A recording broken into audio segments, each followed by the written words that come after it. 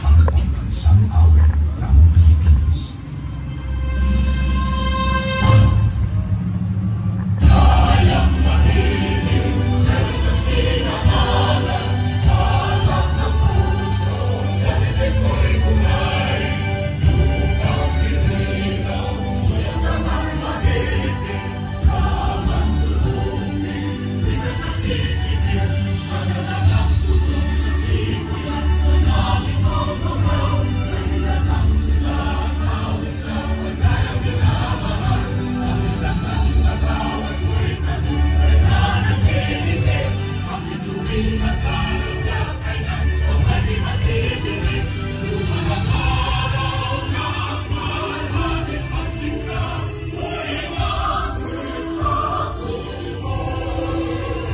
Ang ibigaya na kay Panginoon, ang mamatay ng dahil sa'yo.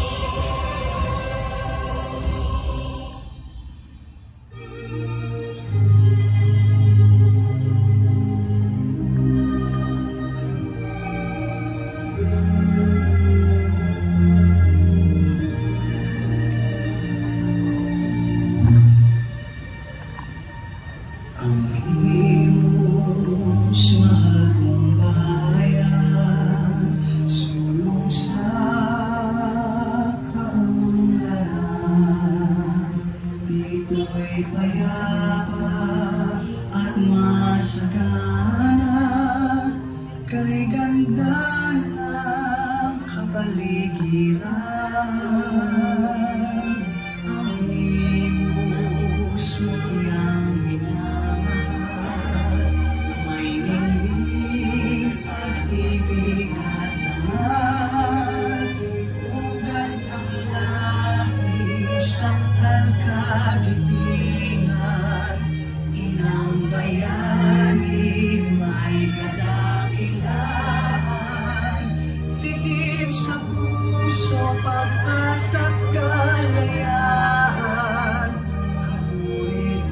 kapuri-puri mo sa aking bayan, ang imos mahal kong bayan, sulong sa kaunlaran, dito'y payapa at masagana, kay ganda ng kapaligiran,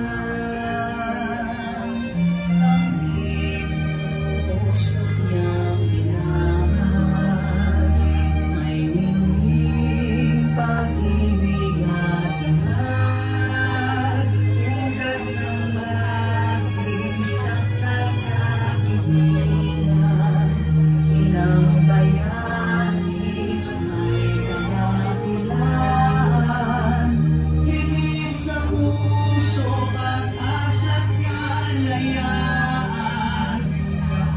kapuri-puri mo sa aking bayan, anong ligaya ang dito'y silang, kapuri-puri mo sa aking bayan, kapuri-puri mo sa Manahili po magkatayo para sa inkubasyon. Ating pong tinabawagan si Sister Bernadette Eugenio Topacio Casas mula sa Religious of the Assumption at ina po ni Jose Topacio Bueno.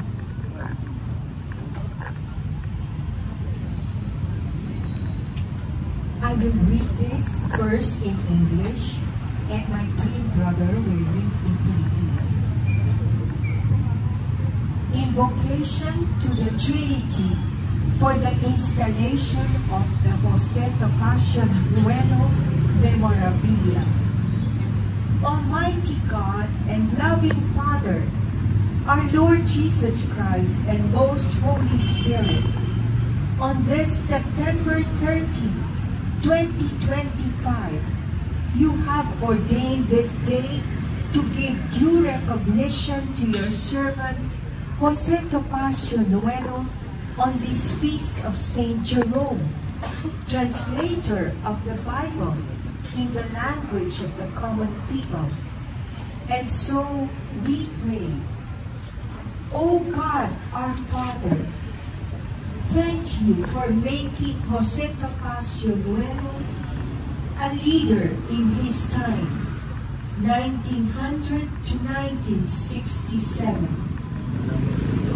And these are the words that were shared with me when I was praying.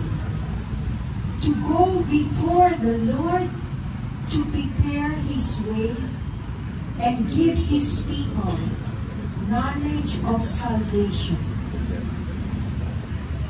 From St. Luke. We thank you, O Father, Lord Jesus Christ, and most Holy Spirit, for the gifts you showered upon Him to be of service to your people, as He contributed to their growth by the service He rendered in the fields of law, diplomacy, education, telecommunication, and literature. You gave him these gifts that allowed him to be part of the parliament for the mission of independence of the Philippines from the United States 1923 to 1925, a transition period of our country as an American colony. During the Second World War, you sent him on mission as a guerrilla colonel of the 11th Airborne Division of the United States Army. Divine Providence established him to serve as counselor and congressman of Manila before and after the war. In 1948, Jose Topacio Nuero represented the Philippines at the United Nations, together with the delegation led by Carlos Romulo. All these he accomplished by the light of your grace that made him work not with self-centered pride, but for your glory. And so you filled him with courage, confidence, generosity, spirit of perfect service. Like your Son, Jesus Christ, Jose Topacio did all these things for the glory of God. At this time when our own country is struggling from ill effects of corrupt civil government leaders who anomalously turn civic projects meant to serve needs of families and communities in cities, provinces, and villages, we are now faced with unfinished installations and structures, yet several luggages full of money were delivered to homes of some senators or congressmen. May this providential Imus government commemoration of the services of Jose Topacio Nuero bring about a new season of grace upon all public servants. Since yesterday was just the feast of the archangels Michael, Gabriel, and Raphael, we claim their angelic ministries to watch and protect all those passing through this avenue named after Jose Topacio Nuero. And let us invoke the help of Saint Michael, meaning who is like God, a warrior against evil and protector of Israel. Gabriel or Gabriel, meaning God's strength, a messenger who announces the coming of the Messiah, Jesus, and his cousin John the Baptist. Raphael or Raphael, meaning God's remedy, representing God's love for his people and protecting Tobias on his journey. And now, my two twin brother, Reynaldo, will pray the Filipino version. Dahil medyo mahaba, pwede na kayo umupo.